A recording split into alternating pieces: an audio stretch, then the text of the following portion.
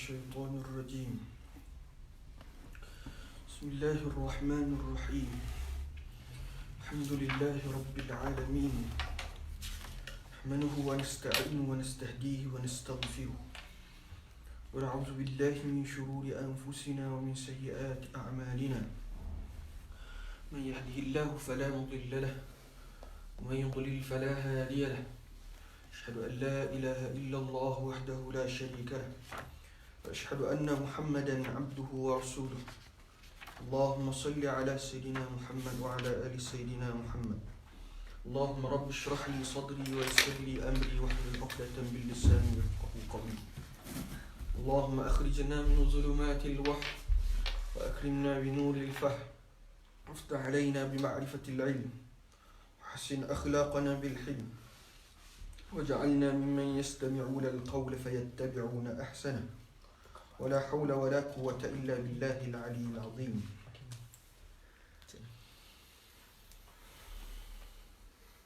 أما بعد، InsyaAllah kita sambung balik pada pagi ni, berkaitan dengan kitab Risalah Al-Jami'ah yang dikarang oleh Al-Habib Ahmad bin Zain bin Alawi Al-Habshi. Qala al-muallif rahimahullahu ta'ala wa nafa'na bi'ulumihi fi ad-darain amin ya rabbal alamin. Qawa'idul aqaid wa aslul iman an ta'taqida anna Allah ta'ala mawjudun. Baik. Sekarang kita masuk perbahasan berkaitan dengan bab akidah.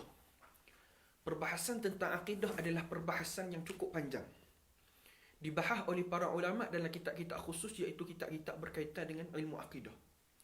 Namun oleh kerana kita ni sekadar orang panggil risalah jami'ah, sekadar kita nak dapat gambaran umum terhadap akidah, fiqh dan juga tasawuf, maka kita hanya menerang secara umum sahaja, kerana nak secara khusus perlu kembali kepada kitab akidah.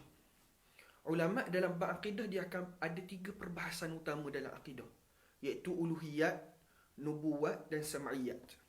Bab ketuhanan, kenabian dan perkara-perkara yang wajib beriman atas jalan dengar. Baik. Wa aslul iman, dan hakikat dan asal bagi iman. Baik.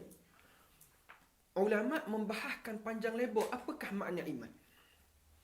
Berlaku perbahasan yang besar di kalangan para ulama. Bahkan ulama berselisih pendapat apakah maksud iman.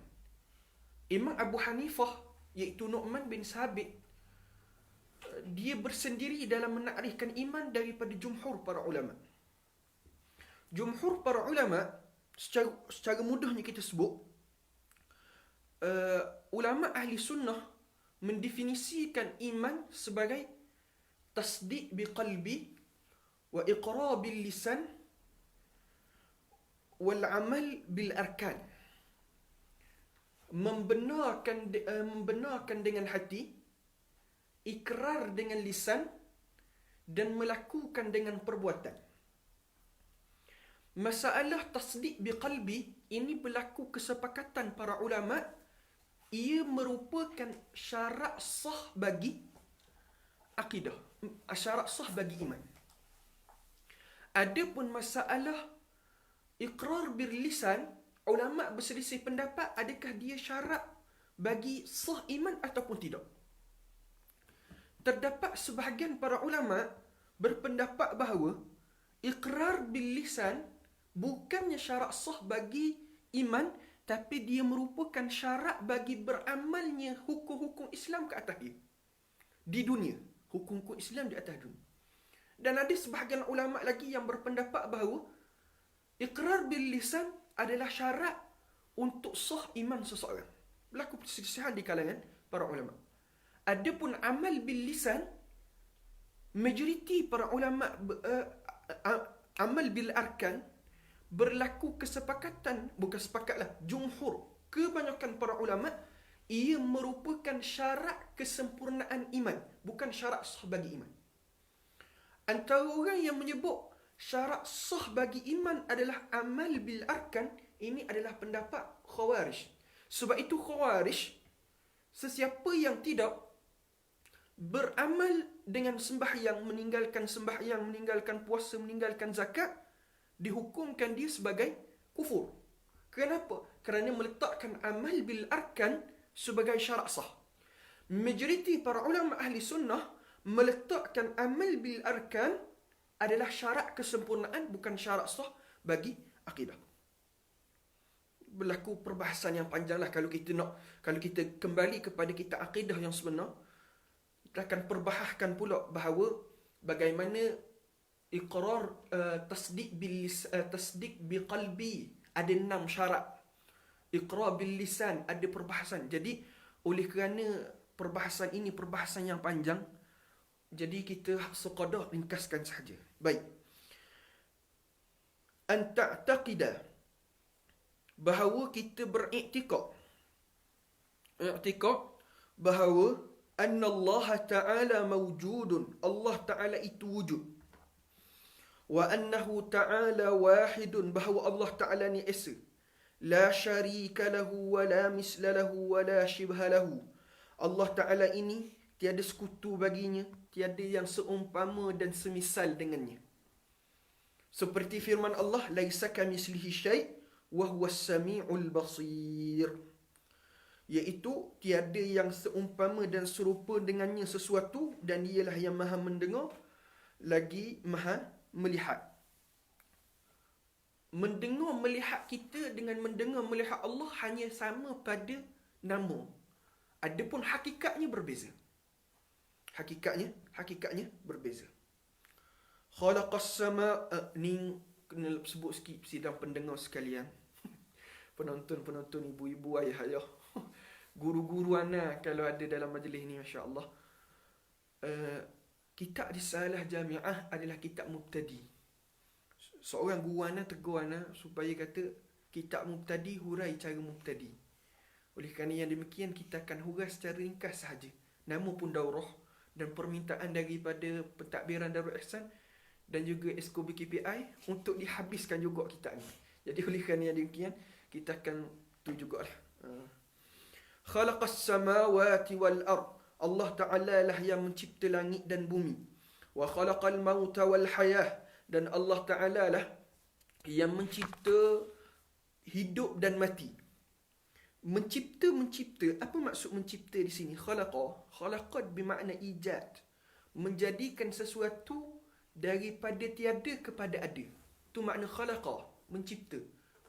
Yakni ijad, menjadikan sesuatu yang asalnya tiada kepada ada. Itu makna khalaqa. Wa khalaqal mauta wal hayah, Allah Ta'ala yang mencipta kematian dan kehidupan. Allah Ta'ala sebut dalam Al-Quran, Tabarakalladzi biyadihil mulku wa huwa ala kulli syai'in qadir, alladzi khalaqal mauta wal hayah liyabluwakum ayyukum ahsanu amala. Ini dalilnya. Wat-ta'ah wal ma'siyah, dan Allah Ta'ala yang mencipta ta'at dan Allah Ta'ala yang mencipta maksiat. Apa maksud ta'at? Ta'at iaitu muwafaqah li amrillah. Itu maksud ta'at. Buat sesuatu perkara yang muafakat dengan perintah Allah. Sama ada perintah tadi berbentuk buat ataupun perintah tadi berbentuk tinggal, maka itu dipanggil ta'at. Adapun maksiat adalah mukhalafah li amrillah, bersalahan dengan perintah Allah. Buat sesuatu yang bersalahan dengan perintah Allah, maka itu dipanggil maksiat. Allah Ta'ala yang buat ta'at, Allah Ta'ala yang buat maksiat. Allah Ta'ala sebut, Wallahu khalaqakum wa ma ta'malun. Ma di situ, ma isim mausul. Isim mausul ni, kalau kita belajar dalam bahasa Arab, isim mausul min siyaril umum. Daripada sirah yang umum. Allah Ta'ala yang buat semua perkara. Di sinilah pecahnya akidah-akidah kepada ahli sunnah, qadariyah dan jabariyah. Ahli sunnah wal jamaah berpegang Allah Ta'ala yang buat semua perkara. Namun di sana tidaklah menafikan Allah Ta'ala memberi kepada hamba ikhtiar dan usaha. Ataupun dalam kitab-kitab akidah dipanggil kasab. Ikhtiar dan usaha. Adapun qadariyah mengatakan makhluk berkuasa di atas dirinya sepenuhnya. Adapun Jabariyah, makhluk ni tak ada apa, seperti angin. Sebab itu hari ni isu yang berlaku di dunia kita, moga-moga Allah Ta'ala mengangkat ujian dan bala ini berkaitan dengan COVID. Ramai yang tidak faham. Kata, kalau Allah Ta'ala nak suruh mati, mati kok. Orang dia takut ke virus. Ni takut ke makhluk, tak takut ke Tuhan. Percakapan ini percakapan yang perlu diperhalusi. Di sana bagaimana Sayyidina Umar Ibn Khattab mengambil jalan untuk tidak masuk dalam kawasan yang wabak.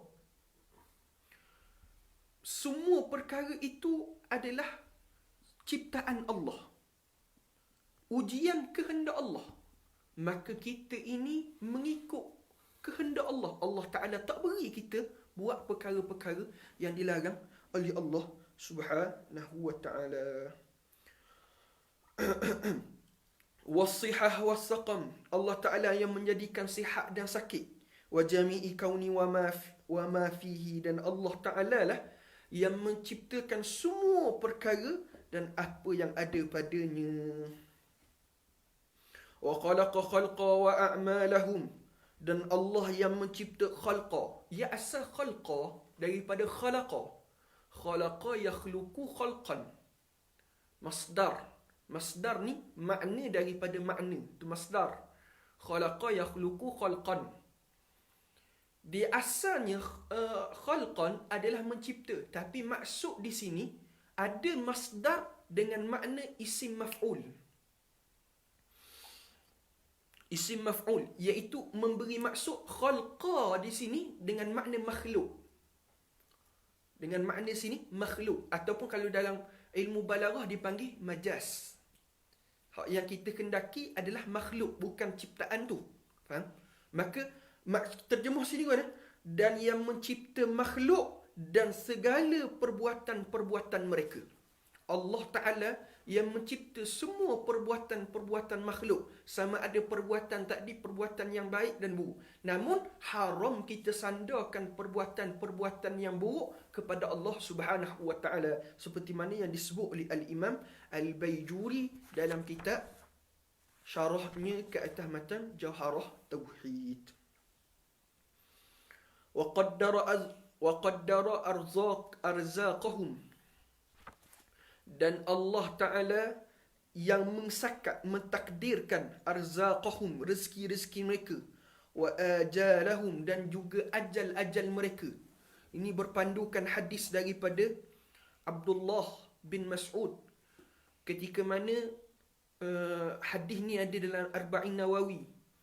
Bagaimana Abdullah bin Mas'ud riwayat daripada Nabi SAW. Hadisnya panjang. Wa yu'maru bi arba'i kalimat. Bikatbi rizqihi wa ajalihi wa amalihi wa syaqiyun aw sa'idun. Maka di sini jelas bahawa rezeki, ajal, semua perkara telah ditetapkan ketika di dalam rahim lagi. Ditetapkan oleh Allah Subhanahu wa Ta'ala di dalam rahim. Maka di sini mungkin orang akan timbul soalan. Timbul soalan apa? Bukankah ada hadis lain? Hadis lain Nabi sebut, man sarrahu an yubsata alaihi rizquh aw yunsa'a fi atharihi falyasil rahimah. Barang siapa yang nak Allah Ta'ala luaskan rezeki mereka dan juga tangguhkan atharihi, iaitu ajal mereka, falyasil rahimah, maka sambunglah silaturahim. Baik. Hadis kedua-duanya sahih. Adakah berlaku pertembungan? Maka di sini berlaku perbahasan yang panjang di kalangan para ulama. Kalau kita tengok dalam kitab syarah Imam Nawawi ke atas Sahih Muslim, Imam Nawawi menggabungkan dua hadis ni. Imam Nawawi kata, maksud apa? Allah Ta'ala tetap umur kita memang tepat dah. Kalau 70, 70. Kalau 60, 60. Kalau rezeki kita 1 juta, kekal 1 juta. Tak akan berubah, tak akan berkurang. La tazid wa la tanqus. Tak akan sikit, tak akan kurang. Tapi, kata para ulama, yang bertambah dalam hadis yang kedua tadi, Nabi kata akan diluaskan rezekinya dan akan ditangguhkan ajalnya sekiranya dia sambung silaturahim, itu pada sudut barakah. iaitu dengan makna diberkati kebaikannya, diberkati rezekinya, diberkati umurnya.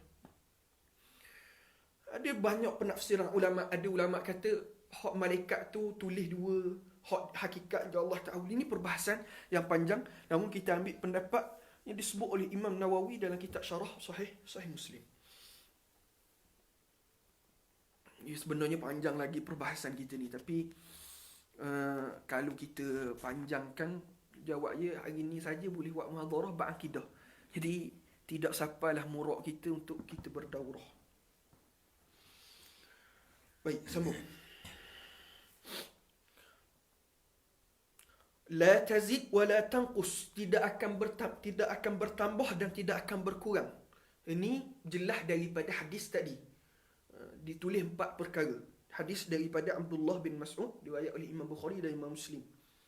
Wa la yahdusu hadithun illa biqada'ihi wa qadarihi wa iradatihi, dan tidak akan berlaku sesuatu perkara melainkan dengan qada' dan qadar. Masalah qada' dan qadar juga berlaku perbahasan yang panjang di kalangan para ulama. Qada', ada ulama kata qada' ini balik nisbahnya kepada iradah Allah.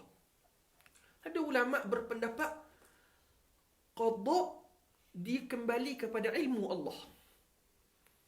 Adapun qadar, dia berkaitan dengan sifat qudrah Allah Subhanahu wa taala, iaitu melakukan apa yang dikehendaki oleh Allah Subhanahu wa taala. Dan ada pula ulama kata qada dengan makna qadar, qadar dengan makna qada, tukar pula maksud. Berlaku perbahasan yang panjang. Kesimpulannya paling mudah, sebab kitab kita ni kitab mubtadi saja. Kesimpulan yang paling mudah kita boleh sebut bahawa sesuatu perkara yang berlaku di mana-mana sahaja, tidak kira tempat, bagi siapa, semua perkara berlaku adalah dengan kehendak, dengan ilmu dan kekuasaan Allah Subhanahu wa taala. Ini kesimpulan paling mudah untuk kita simpulkan masalah qada dan qadar. Sebenarnya masalah qada dan qadar adalah masalah yang paling besar dan paling panjang, sehingga kan ketika hadis Abdullah bin Mas'ud, hadis Jibril itu asalnya daripada Sayyidina Umar. Siapa yang meriwayatkan daripada Sayyidina Umar adalah Abdullah bin Mas'ud. Kalau kita tengok balik dalam kitab-kitab sunan, kitab-kitab hadis. Sebab apa Abdullah bin Mas'ud riwayatkan hadis itu? Kerana ada beberapa orang lelaki perbahaskan tentang qada dan qadar.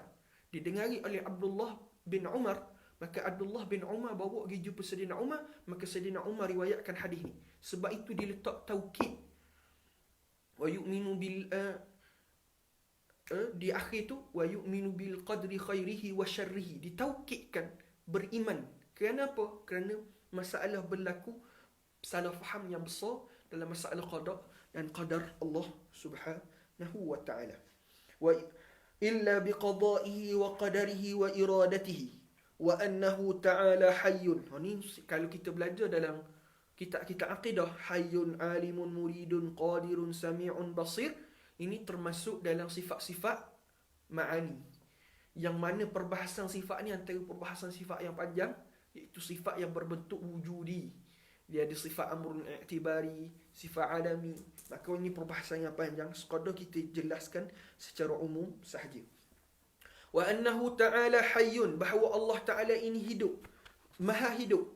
Hidup Allah Ta'ala berbeza dengan hidup kita. Hidup kita dengan roh, hidup Allah Ta'ala dengan sifat hayah. Alimun, Allah Ta'ala ni maha mengetahui. Pengetahuan Allah adalah pengetahuan yang mutlak. Pengetahuan kita ada sekatan, dan pengetahuan kita dimulai dengan jahil. Berbeza dengan pengetahuan Allah, pengetahuan yang mutlak, tidak ada kekurangan sedikit pun. Muridun, iaitu iradah, berkehendak. Qadirun, berkuasa. Mutakallimun, sami'un, yang mendengar. Basirun, yang melihat. Ya'lamu kha'inata a'yuni wa ma tukhfis sudur, mengetahui mata-mata yang khianat, wa ma tukhfis sudur, dan barang-barang yang tersembunyi di dalam hati. Ulama kata, ni ayat Quran. Ya'lamu kha'inatal a'yuni wa ma tukhfis sudur, ni ayat Quran. Berlaku perbahasan yang panjang di kalangan para ulama, apakah maksud kalam ini.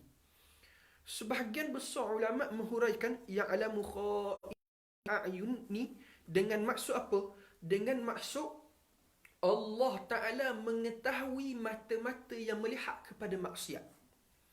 Wa ma tukhfis sudur, dan Allah Ta'ala mengetahui apa-apa yang tersembunyi dalam diri, iaitu perkara-perkara yang jahat yang kita nak buat. Allah Ta'ala tahu. Tapi ada tafsiran yang lain. Antaranya tafsiran Abdullah bin Abbas. Abdullah bin Abbas menafsirkan kha'inatal a'yuni, mata-mata yang khianat, iaitu mata yang melihat kepada perempuan yang bukan halal baginya. Wa ma tukhfis sudur, iaitu perasaan nak buat jahat ke orang puan hak dia tengok tadi. Ni yang disebut oleh Abdullah bin Abbas. Namun secara umumnya, kalau ni boleh tengok dalam kitab-kitab tafsir lah, secara umumnya ya'lamu kha'inatal a'yuni wa ma tukhfis sudur lebih tepat dengan huraian pertama tadi, iaitu mata yang khianat, iaitu mata yang melihat kepada maksiat. Wa ma tukhfis sudur, iaitu niat-niat jahat yang ada dalam hati. Sebab kita kena tahu mata ini adalah nikmat Allah. Mata ni nikmat Allah. Setiap nikmat wajib disyukuri. Apa makna syukur? Menggunakan nikmat Allah kembali buat taat kepada Allah.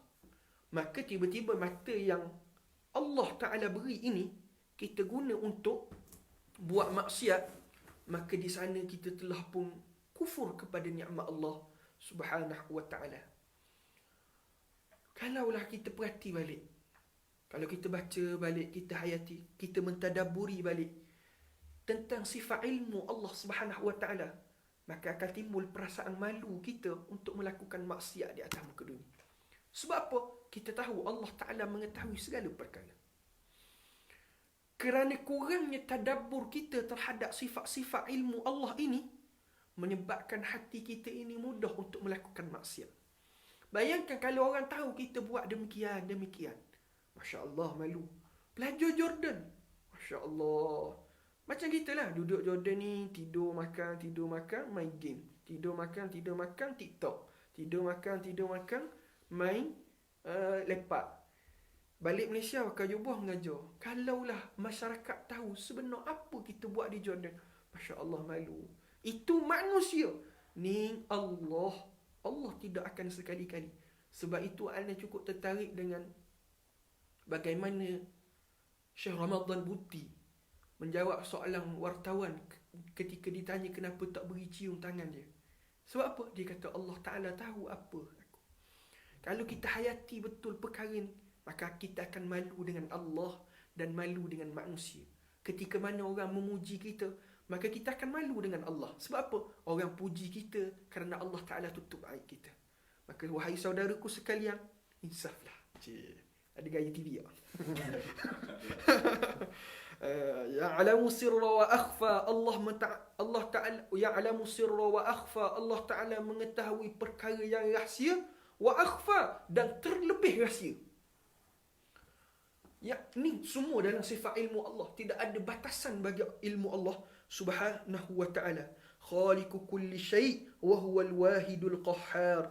Allah Ta'ala ini mencipta semua perkara, wa huwal wahidul qahhar. Allah yang Maha Esa, Al-Qahhar, yang dapat mengatasi semua makhluk-makhluknya. Wa annahu ta'ala ba'atha sayyidina Muhammadan abduhu wa rasuluhu ila jami'il khalqih. Dan Allah Ta'ala mengutuskan penghulu kita Nabi Muhammad, abduhu, dimulai. Kenapa pengarang kitab kita memulakan perbahasan dengan abduhu sebelum wa rasuluhu? Kerana kata para ulama, Allah Ta'ala menggunakan lafaz abduhu kepada Nabi ketika malam yang paling mulia di sisi Nabi. Kata para ulama, malam yang paling mulia di sisi Nabi SAW adalah malam berlakunya Isra' dan Mi'raj. Adapun di sisi kita hamba, makhluk, umat Nabi, malam yang paling mulia di sisi kita adalah malam kelahiran Nabi yang asal. Bukan berlaku tiap-tiap tahun ni. Yang asal. Yang kedua, malam Lailatul Qadar. Yang ketiga, 10 Zulhijjah. Malam 10 Zulhijjah. Tak steady. Ni 3 malam yang mulia di sisi kita. Adapun malam yang mulia di sisi Allah Subhanahu Wa Taala adalah malam Lailatul Qadar. Maka ketika malam yang paling mulia di sisi Nabi, Allah Ta'ala menggunakan Subhanallazi asra bi'abdihi. Allah Ta'ala menggunakan ucapan hambanya. Maka kata para ulama, gelaran yang paling baik adalah gelaran hamba kerana dia adalah maqam ubudiyah, sebaik-baik maqam. Sebab itu pengarang kitab kita memulakan abduhu, mengutuskan penghulu kita, hambanya, hamba Allah, wa rasuluhu, dan rasulnya, rasul Allah, ila jami'il khalqih, bagi sekalian makhluk. Ini adalah, kalau kita perhati pengarang kitab kita, dia cenderung kepada pendapat Imam Subki, iaitu pendapat yang majoriti ulama dalam mazhab Syafi'i. Nabi juga diutuskan kepada para malaikat. Lihidayatihim, bagi memberi hidayah kepada mereka. Walitakmili ma'ashihim wa ma'adihim, bagi menyempurnakan kehidupan mereka dan juga tempat kembali mereka. Menyempurnakan kehidupan mereka, yakni menyempurnakan urusan-urusan dunia mereka. Wa ma'adihim, dan juga tempat kembali, yakni berkaitan dengan urusan-urusan akhirat. Bagaimana Nabi ajar cara muamalat yang betul, Nabi ajar kita ibadah yang betul. Wa ayyadahu, dan juga di tangan Nabi sallallahu alaihi wasallam bil mu'jizat, ada mu'jizat. Mu'jizat asal daripada mu'jizah. Apa itu mu'jizah? Mu'jizat ini iaitu perkara yang khaliqul adah, yang bersalahan dengan adat, makrunun bitahaddi, yang berserta dengan cabar, berserta dengan cabaran. Perkara yang bersalahan dengan adat, yang berserta dengan perkara tadi itu, benda yang mencabar orang yang melihatnya.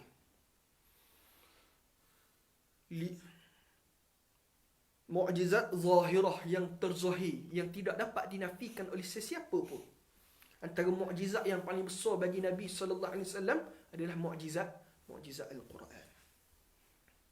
Wa annahu alaihi salatu wassalam sadiqun fi jami'i ma akhbara bihi 'anillahi ta'ala, dan bahawa Nabi sallallahu alaihi wasallam ni betul bagi sekaliannya barang yang dikhabarkan dengannya daripada Allah Subhanahu wa taala. Benda hak Nabi khabarkan itu minas sirat, daripada sirat. Apa itu sirat? Maklum bagi kita. Sirat adalah titian yang Allah Taala bentangkan di atas neraka.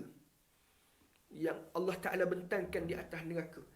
Ini berpandukan hadis yang diriwayatkan oleh Al-Imam Al-Bukhari dalam kitab Sahih Al-Bukhari. Boleh rujuk di sana. Wal mizan, dan juga mizan, iaitu timbangan yang Allah Ta'ala perintahkan kepada malaikat untuk menimbang amalan-amalan kita. Wal haudi, dan juga telaga haud. Telaga haud ni adalah telaga yang Nabi SAW beri kepada umatnya. Cuma ulama' berkhilaf pendapat telaga haud ni ada mana. Ada ulama' kata sebelum daripada sirat. Ada ulama' kata selepas daripada sirat. Ada ulama' kata ada dua-dua, sebelum dan selepas. Tapi Al-Imam Al-Baijuri sebut tidak boleh mudarat pun kita tak tahu mana ada haud tu. Yang wajib kita tahu bahawa Nabi SAW ada memiliki haud, telaga haud, dan Nabi SAW akan beri kepada umatnya. Nabi kenal ke umat dia? Dia kenal, disebut dalam hadis Nabi kenal umatnya dengan kesan-kesan wuduk yang ada pada umatnya. Wa ghairi dhalika min umuril akhirah wal barzakh, dan juga Nabi SAW mengetahui sekali, dan juga wajib kita beriman apa hak ni, selainnya daripada perkara-perkara akhirat dan barzah. Barzah adalah alam yang di antara alam dunia dan alam akhirat. Min su'alil malaikain, daripada soal malaikat, wa azabil qabri wa ni'imihi, dan juga daripada azab dan juga azab kubur dan juga nikmatnya. Dia sebenarnya dalam masa kita ringkaskan perbahasan, dia masalah barzakh. Dia ada 3. Pertama dipanggil fitnah ataupun soal kubur. Yang kedua nikmat dan azab kubur. Yang ketiga di sana dipanggil himpitan kubur. Masalah himpitan kubur, kata para ulama, disebut dalam hadis dan juga disebut oleh ulama-ulama ahli sunnah, bahawa himpitan kubur berlaku kepada semua umat Nabi sallallahu alaihi wasallam. Semua manusia akan merasai himpitan kubur, sama ada beriman ataupun maksiat. Mereka semua akan merasai himpitan kubur. Cuma ada ulama menafsirkan himpitan kubur bagi orang yang beriman seolah-olah dakapan seorang ibu kepada seorang anak. Tapi dia akan merasa juga himpitan tersebut. Wa annal Qur'an, dan adalah Quran, wa jami'a kutubillahi munazzalah haqqun, dan Quran dan sekalian kitab-kitab Allah yang diturunkan adalah betul. Di sana ada 4 kitab dan 100 suhuf yang diturunkan oleh Allah Subhanahu wa taala yang wajib kita beriman. Kitab Al-Quran, Injil, Taurat, Zabur, dan juga 100 suhuf yang disebut oleh para ulama.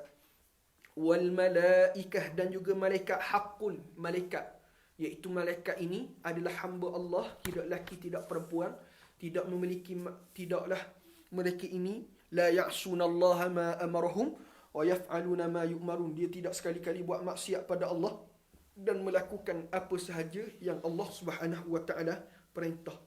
Wal jannata haqqun, dan juga syurga itu betul. Wan nara haqqun, dan juga neraka itu betul. Wa jami'a ma ja'a bihi sayyiduna Muhammadun sallallahu alaihi wasallam haqqun, dan semua barang yang sampai daripada Nabi sallallahu alaihi wasallam itu betul sekaliannya. Baik, masuk bab kisim fiqh pula. Kan ada masalah benda-benda. Okey ke hurah gini? Ke nak suruh hurah macam mana? Kita pun tak erti juga. Okey dah, hurah gini, rekah dah ni kan? Okey. Ke rekah lagi? Kalau rekah lagi tak tahulah. Ini rekah dah ni.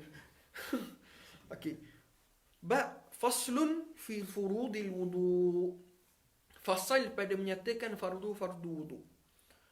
Fardu sama dengan makna rukun. Dalam mazhab Syafi'i, fardu, rukun, wajib benda sama. Fardu ke wajib ke benda sama. Melainkan dalam masalah haji saja membezakan di antara fardu dengan rukun. Baik. Yang pertama dipanggil al-awwalu furudul wudu'i sittatun. Fardu wudu itu 6 perkara. Ni pada mazhab al-Imam Syafi'i. Kalau mazhab Maliki sebut 5, mazhab Hanafi sebut 4. Tapi kita ni baca kitab fiqh Syafi'i, jadi kita kena dahulukan pendapat-pendapat yang ada dalam mazhab al-Imam Syafi'i rahimahullahu ta'ala. Al-awwalu, yang pertama, an-niyah. Yang pertama niat. Niat kita maklum, hadis berkaitan dengan niat, innamal a'malu binniyat. Setiap perkara mesti dimulai dengan niat. Innama dengan adawatul hasr. Adawat hasr. Kita belajar dalam bahasa al-hasr, al-hasr dia ada 2, tapi ulama dalam mazhab Syafi'i melihat al-hasru di sini menyakat semua perkara. Sebab itu semua perkara dimulai dengan niat. Para ulama apabila dia cerita bab niat, dia akan sebut 7 perkara berkaitan niat. Dalam syair yang sebut mana? Al-haddu haqiqatun hukmun mahallu wa zaman kaifiyatun wa syartun wa maqsudun hasan. Ada 7 perkara yang ulama akan bahas apabila berkaitan dengan niat. Pertama, haqiqatun. Hakikat niat. Hakikat niat apa? Iaitu qasdu syai'in muqtarinan bi fi'lih. Qasad yang berserta dengan buat.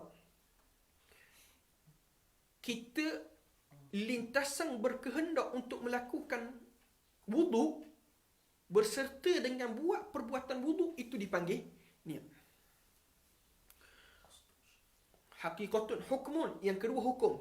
Hukum niat kebanyakannya adalah wajib.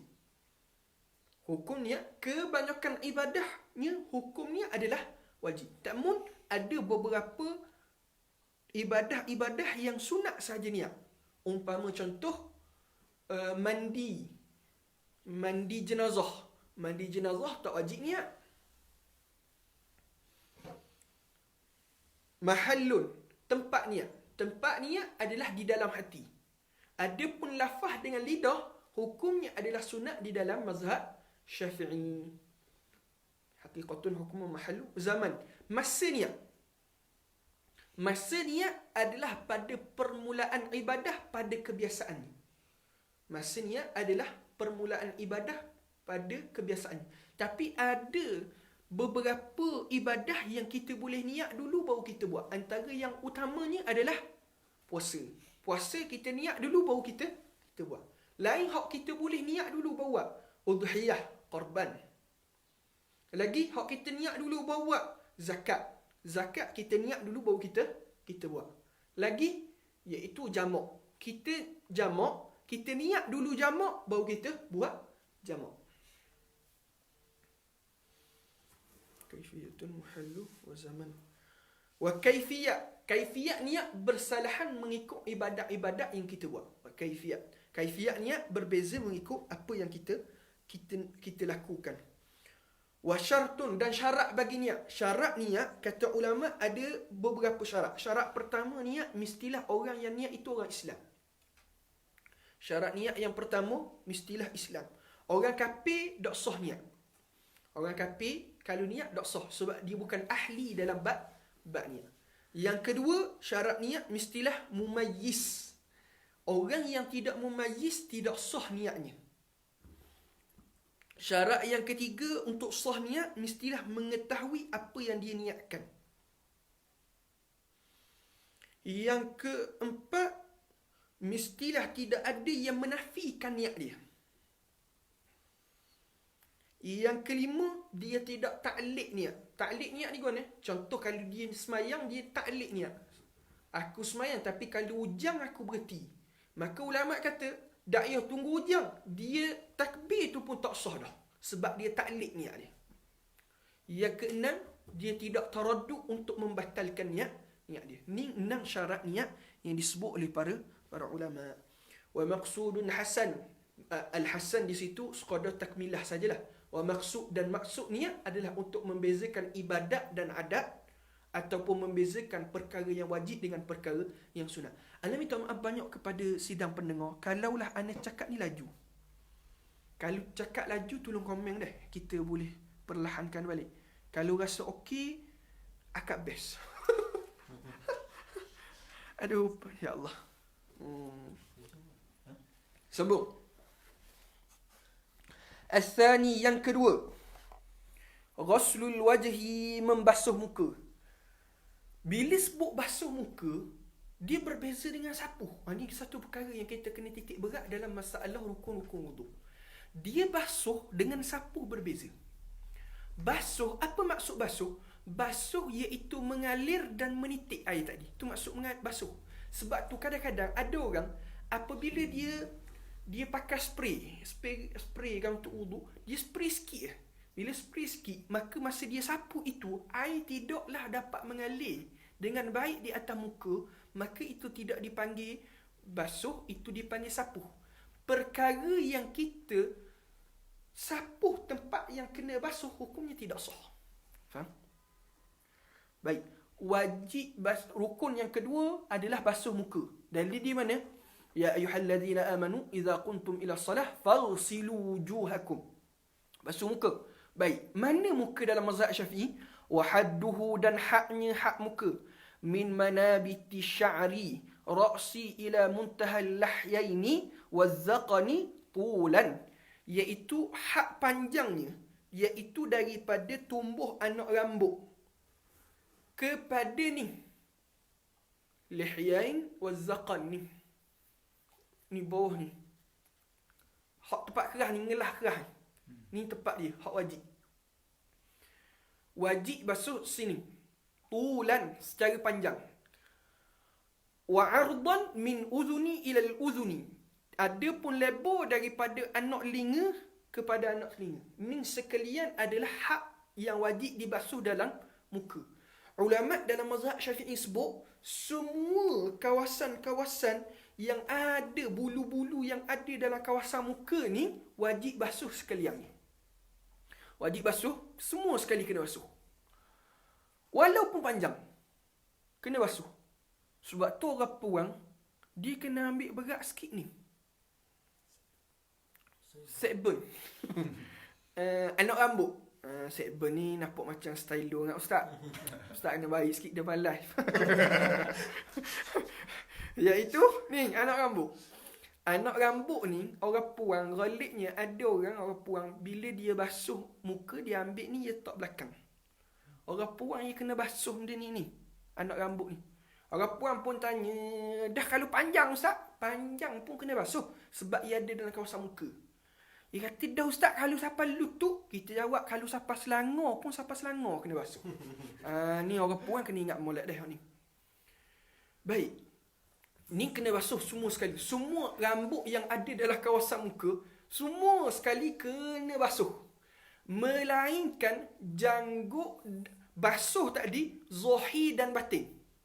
Rambut yang ada dalam kawasan muka, bulu kening, bulu mata, misai, anak rambut, semua kena basuh daripada zahir dan batin, melainkan janggut dan jambang bagi orang lelaki sekiranya tebal.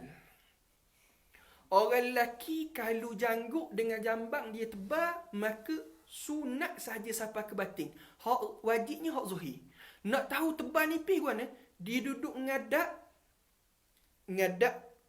jarak dia disebut dalam kitab lebih kurang 3 hasta. Ni 1 hasta. 3 hasta, dok nampak warna kulit janggut dalam. Maka di situ dihukumkan tebal. Faham? Dihukum tebal. Kalau nampak lagi, dihukumkan nipis, wajib untuk menyampaikan. Baik. Satu masalah. Masalah yang kedua, iaitu wajib kita lebihkan sedikit basuhan pada ni hak wajib. Wajib kita lebihkan sedikit.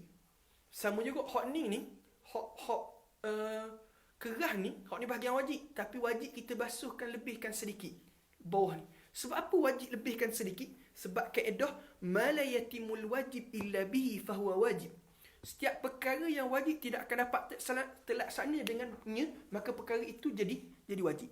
Maka kita nak letak sempadan yang tepat untuk basuh ni, mana boleh? Melainkan kita kena lebihkan sedikit. Maka untuk menyempurnakan yang wajib, melebihkan sedikit basuhan jadi wajib. Adapun lebih lagi, itu ghurrah, muhajjalah, hak tu sunat. Faham? Al-thalisu, yang ketiga, ghaslul yadaini ilal mirfaqain. Yang ketiga, basuh kedua tangan hingga ke siku. Dia asal tangan adalah daripada ujung jari sampai ke bahu. Tapi tangan dalam masalah wudu adalah hingga ke siku. Baik. Allah Ta'ala sebut dalam Al-Quran, Ya ayyuhalladzina amanu idza qumtum ila as-salah faghsilu wujuhakum wa aydiyakum ila al-marafiq. Tapi sebab apa kalau kita perhati dalam kitab kita dia guna ila? Tapi sebab apa ada sebahagian kitab-kitab fiqh dia guna ma'a? Sebab mu'tamad dalam mazhab Syafi'i, siku juga wajib dibasuh. Jadi kalau guna ila, maka akan timbul zan, akan timbul waham di situ, akan timbul iskal.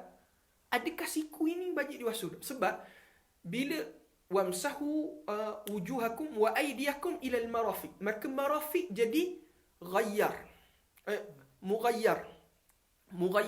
Ila ni ghayyar, maka marafiq jadi mughayyar. Mughayyar kadang-kadang masuk dalam ghayyar, kadang-kadang tak masuk. Maka kerana nak mengangkat iskal ni, masalah ini, ulama ganti ila kepada ma'a. Bila guna ma'a, automatik kena basuh. Faham? Wajib basuh daripada ujung jari sampailah ke siku. Sekaliannya kena basuh. Basuh tadi dalam mazhab Syafi'i semua sekali kena basuh, termasuk di bawah kuku. Mu'tamad mazhab Syafi'i pada masalah mandi wajib dan juga wuduk, bawah kuku juga kena basuh. Melainkan pendapat Al-Imam Al-Ghazali, Imam Ghazali kata bawah kuku tak wajib. Tapi mu'tamad dalam mazhab Syafi'i bawah kuku juga adalah wajib. Ar-rabi'u, yang keempat, mashu syai'in min basyaratir ra'si aw sya'rin fi haddihi. Sapuh. Ni sapuh. Hak lain basuh. Maka sapuh sebahagian daripada kulit kepala atau rambut yang ada dalam kawasan kepala. Kalau rambut tadi orang puang, ia sanggup. Lepas tu ia lepas. Bila lepas, rambut tadi tubik daripada kawasan kepala. Ia basuh sini. Maka hukum dia tidak sah. Dia mesti rambut tadi ada dalam kawasan kepala. Al-khamisu, yang kelima, ghaslur rijlaini ma'al ka'bain. Basuh kedua kaki hingga ke buku lali. Dia masalah timbuk. Termasuklah semua sekali yang ada dalam kawasan kaki. Dan juga mu'tamad mazhab Syafi'i termasuk di bawah kuku. Kena basuh juga. Cuma orang biasa tanya satu masalah. Masalah apa? Macam mana kalaulah kaki kena kerat? Baik, kata para ulama, sekiranya terpotong bahagian wajib, masih ada hak berbaki. Contoh kaki, ni tangan lah, anda tahu ni tangan. Cuma ni contoh. Yang anda ngajar di Terengganu ada ke? Ada 3-4 orang. Jadi kena pesan awal-awal. Ni contoh kaki. Tak kan nak akak kaki atas sini tak? Ni contoh kaki. Jadi kena kerat. Sebahagian lagi hak wajib. Ni buku lali contoh. Ada bahagian hak wajib lagi. Maka sekiranya ada berbaki bahagian wajib, hak wajib tu kena basuh. Tapi kalaulah kena kerat habis dah bahagian wajib, atas daripada bahagian wajib, atas daripada buku lali, atas daripada siku, atas daripada kepala ada Ustaz. Kalau kena kerat kepala tu, kena tengok balik lah tu perbahasan tu. Baik. Atas daripada buku lali ataupun atas daripada siku, maka kata para ulama, ketika itu dah wajib dah basuh anggota tersebut. Kalau kena kerat kaki kanan, kaki kiri masih ada, maka kena basuh kaki kiri. Kaki kanan tak ada dah. Sebab ditinggal, tak ada dah bahagian wajib. Tapi kalau kedua-dua tak ada dah, maka selesai rukun tersebut sudah gugur daripadanya. Dia sebenarnya kalau bahas panjang lagi ni, masalah khuf apa semua. Tapi benda hak pengarang tak letak, kita tak sebut lah. Pentadbiran sudah sebut Ustaz, kena khatam minggu ni juga. As-sadisu, yang keenam, ar-tartibu ala hadhil kaifiyati. Yang keenam, tertib di atas kaifiat ni, cara-cara ni. Dalil tertib, kita maklum perbahasan yang panjang dalam ulama Syafi'i. Cuma ulama dalam mazhab Syafi'i menyebut tertib wajib dalam semua keadaan. Sebab tu tak sah kalau kita duduk kakang, duduk buka tangan kakang, lepas tu 4 orang mari basuh 4 anggota kita seretak. Sah ke tak? Tak sah. Sebab dia mesti tertib. Tertib gugur dalam satu masalah sahaja dalam mazhab Syafi'i, iaitu sekiranya kalau dia mandi berenang. Dia berenang, dia selang semua anggota dia dalam air, kemudian dia niat. Mu'tamad mazhab Syafi'i, seperti mana yang disebut oleh Al-Imam An-Nawawi rahimahullahu ta'ala, dia selang walaupun sesaat tak cukup tempoh tertib, hukum dia sah dah. Adapun Imam Rafi'i mensyaratkan tempoh tertib. Tapi yang mu'tamad adalah pendapat Imam Nawawi. So qada-qada diselang sahaja, dan walaupun sekejap masa ia selang, ia niat, maka sudah sah. Imam Rafi'i bukan apa? Ia mesti tempoh tertib daripada awal, ambil masa lempuh. Ghuslul janabah, mandi wajib. Wa in kana alaihi janabatun, dan jikalah sekiranya atasnya janabah. Ya gini, dalam kitab fiqh, kalau dia itlaqkan janabah, maka dengan makna keluar mani ataupun jima'. Bila sebut janabah, maka makna dia jima' ataupun keluar mani. Faham? Min jama'atin, daripada kerana berhimpun. Himpun di sini kerana jima' lah, kerana berjima'. Nak ta'rifan ni jima'. Ana bukan nak cakap ngarut ni sidang pendengar sekalian. Ni kita ngaji. Ya, dalam bab ngaji ni tak boleh berlapik. Ya, ngaji bila berlapik, tok guru berlapik ngaji, anak murid kau ada. Jadi kena sebut sebab ia faham masalah jimuk ni penting dalam banyak bab fiqh. Bab kafarah, puasa, bab hudud, banyak perkara. Jadi oleh kerana yang demikian ana sebut jadi minta maaf bukan nak cakap ngaruk ni. Jelas dah. Bila sebut jimuk, apa maksud jimuk? Jimuk ni iaitu tenggelam hasyafah. Hasyafah lelaki di dalam faraj perempuan. Sama ada tenggelam hasyafah ke dalam faraj tu makna jima'. Sama ada dia faraj, asal penggunaan faraj adalah kemaluan lelaki ataupun perempuan, depan ataupun belakang, hidup ataupun mati, manusia ataupun haiwan. Yakni apa? Apabila hasyafah tadi tenggelam dalam kemaluan depan ataupun kemaluan belakang, bagi orang lelaki ataupun bagi orang perempuan wajib kedua-duanya mandi. Tapi kalau dia jima' orang yang mati, maka yang wajib dimandikan adalah orang hidup. Orang mati tidak wajib diulangkan mandi, kerana dia bukan mukallaf. Begitulah juga kalau dia jima' haiwan, tergelam hasyafah dia dalam haiwan, maka manusia saja wajib mandi, haiwan tidak wajib mandi kerana dia bukan mukallaf. Syarat mesti tenggelam hasyafah, sekalipun hasyafah dia panjang.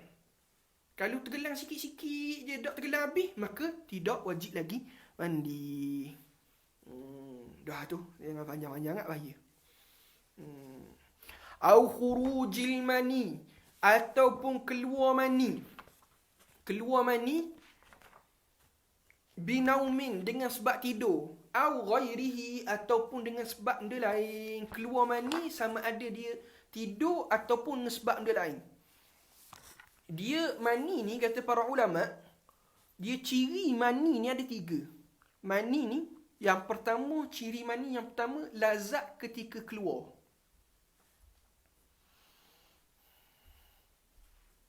Yang kedua, keluarnya memancuk-mancuk.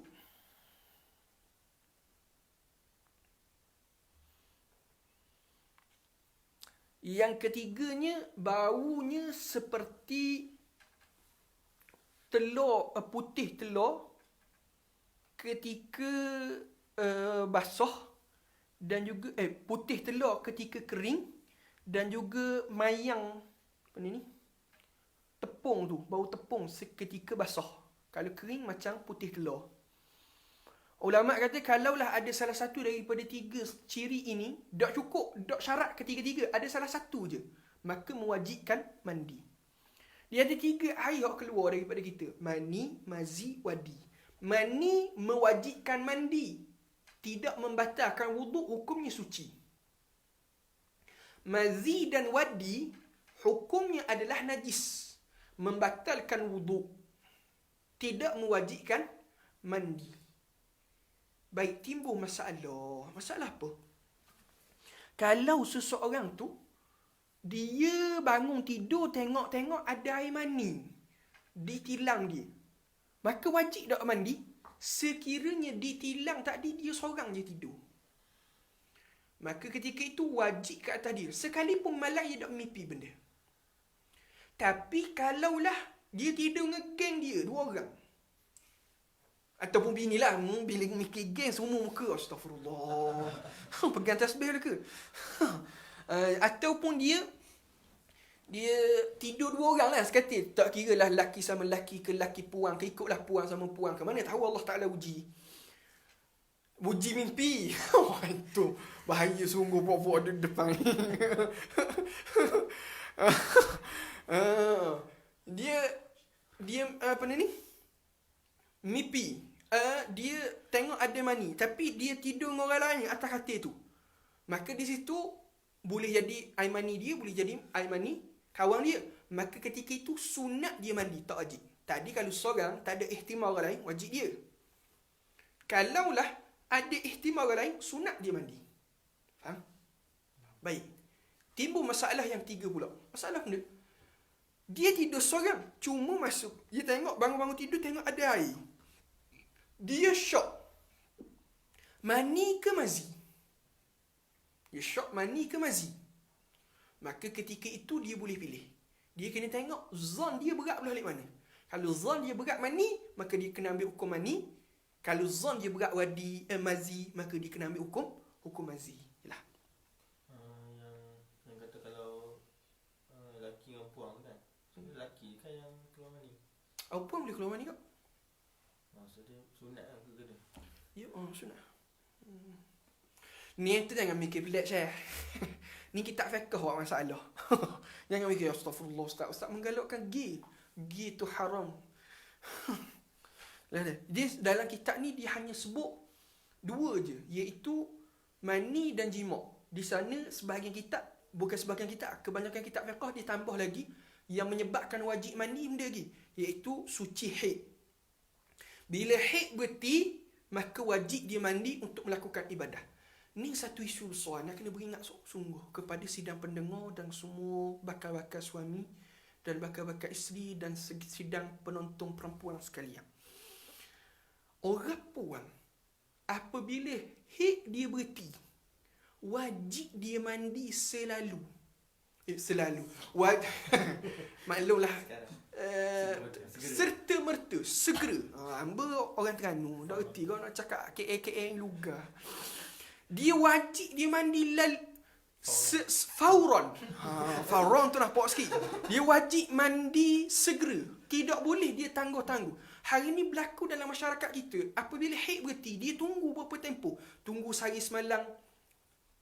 Ada orang pegang orang puang, haid dia biasa 7 hari. Mari bulan tu 5 hari je. Bila 5 hari je, dia tunggu. Tak mandi lagi. Berapa? Dia kata, Kang tubik pulak kan Ustaz? Kita tanya, Kang dok tubik? Mana cerita? Dia kata, takut tubik. Kita kata, kalau takut dok tubik, anda tahu. Baik, sekarang ni ada dua ihtimal. Kenapa mengambil ihtimal yang lain sedangkan ada ihtimal yang berat? Pasal bagi dia wajib solat. Manik sudah terangkat, maka wajib segera mandi untuk ibadah.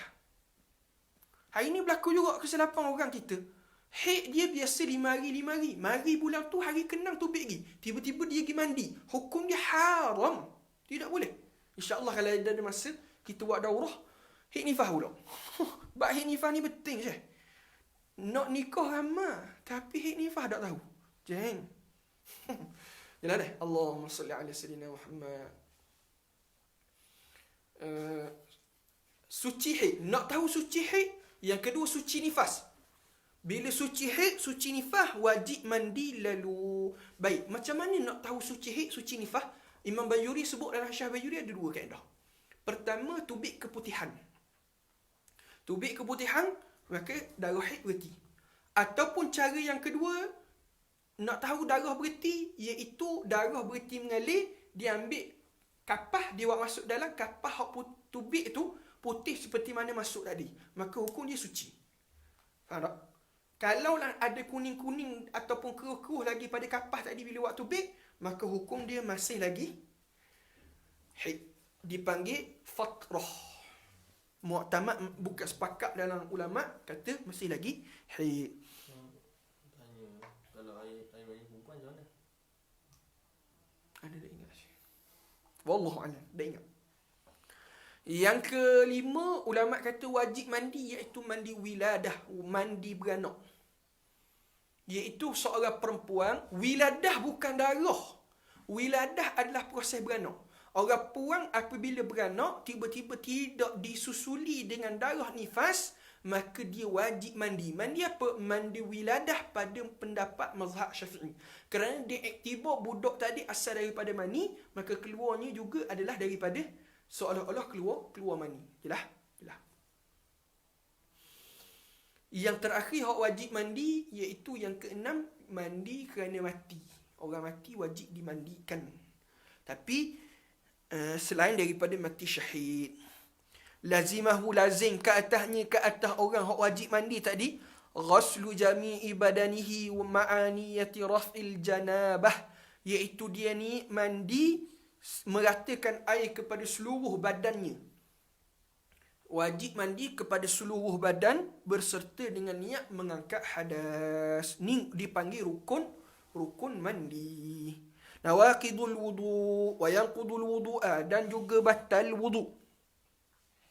Batal wudu Al-khariju min ahadis sabilain, yang keluar dari, yang pertama batal wuduk keluar sesuatu daripada dua jalan.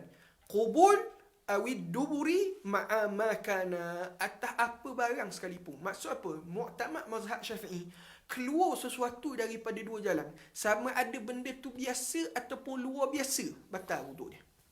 Tapi disyaratkan keluar tadi secara yakin. Tubik benda biasa, tubik air ikut depan, tubik angin ikut belakang, benda biasa. Contoh pelik, mana? Tubik angin ikut depan. Mazhab Syafi'i, tubik angin pada kubul membatalkan wuduk. Berbeza dengan mazhab Hanafi. Mazhab Hanafi tak batal. Mazhab Syafi'i, tubik angin ikut depan batal. Sebab apa? Apa sahaja yang keluar daripada jalan depan, jalan belakang, benda takdir biasa ataupun luar biasa batal.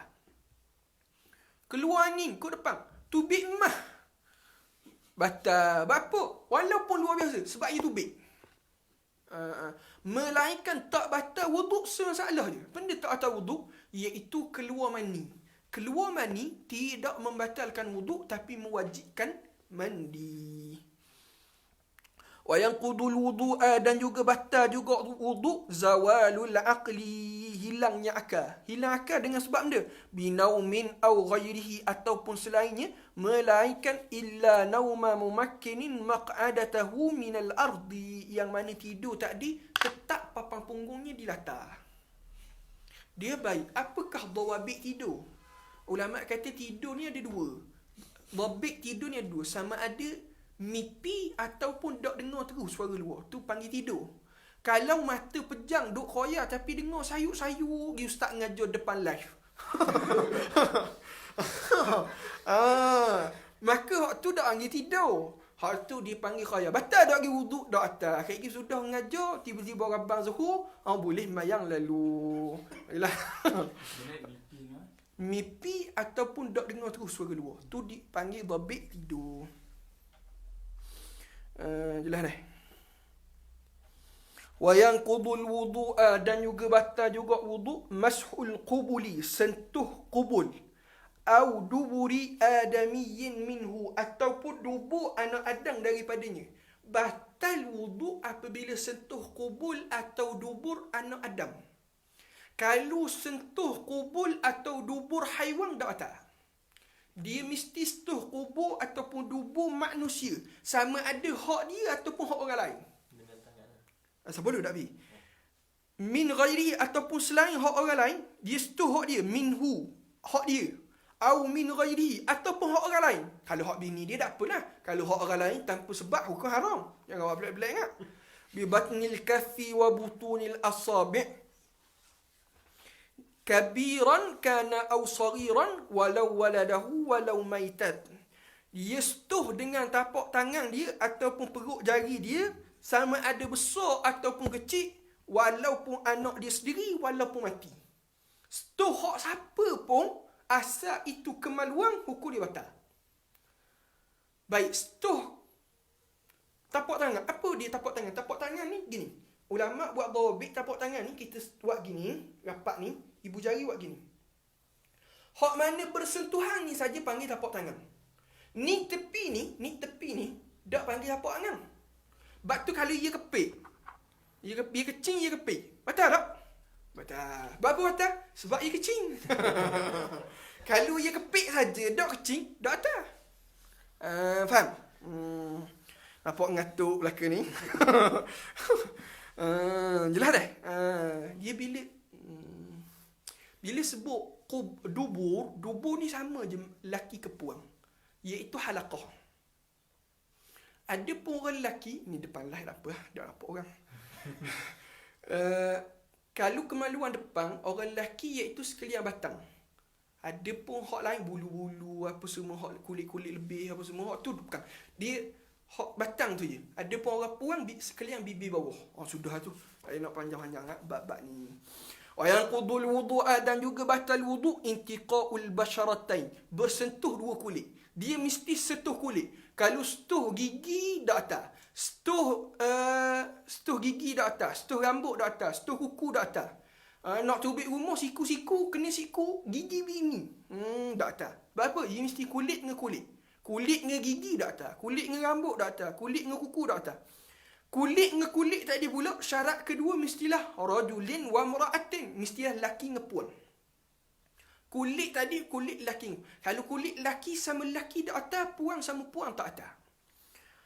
Syarat ketiga, kabiraini. Mestilah kedua-duanya dewasa. Kalau seorang kecil, seorang besar tak atas. Ajnabiyaini. Mestilah kedua-duanya adalah ajnabi. Yang ni benda, bukan mahram.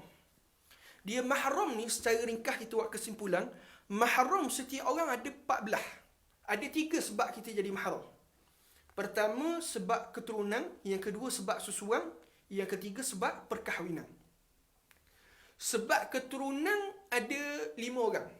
Allah Ta'ala sebut hurrimat alaikum ummahatukum wa banatukum wa hurrimat alaikum ummahatukum wa banatukum wa ammatukum wa khalatukum wa banatul akhi wa banatul ukhti. Ia ada 7 tapi peringkas jadi 5 lah. Benar? Mak. Bila sebut mak maksud habis mak, tok, mak apa ni? Nenek.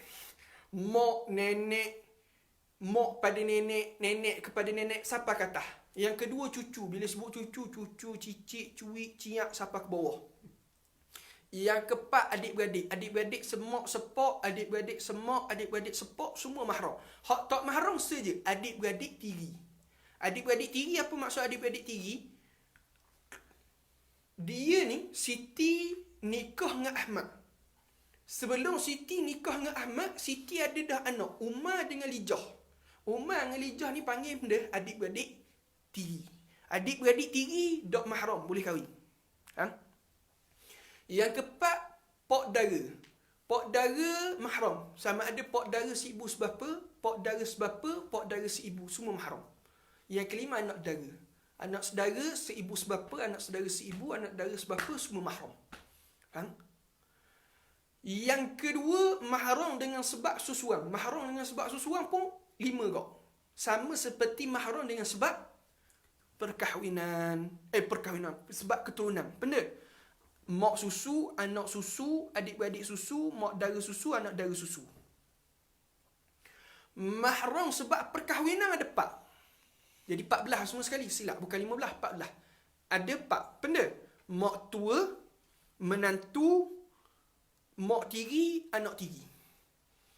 Mak tua, menantu dengan mak tiri. 3 ni mahram semata-mata akad nikah. Mertua, menantu dan juga anak tiri. Ada anak tiri, mak tiri.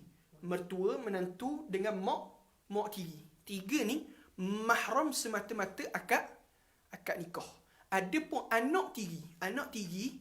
Anak tiri dia mahram di atas jalan jimat isteri baru ni. Soalan dia. Soalan kita akan jawab ngelah di segmen yang terakhir. Jelas dah. Iaitu anak tiri dia mahram atas jalan jimat. Maksud mana? Seorang tu dia nikah dengan seorang janda. Janda tu ada anak puang.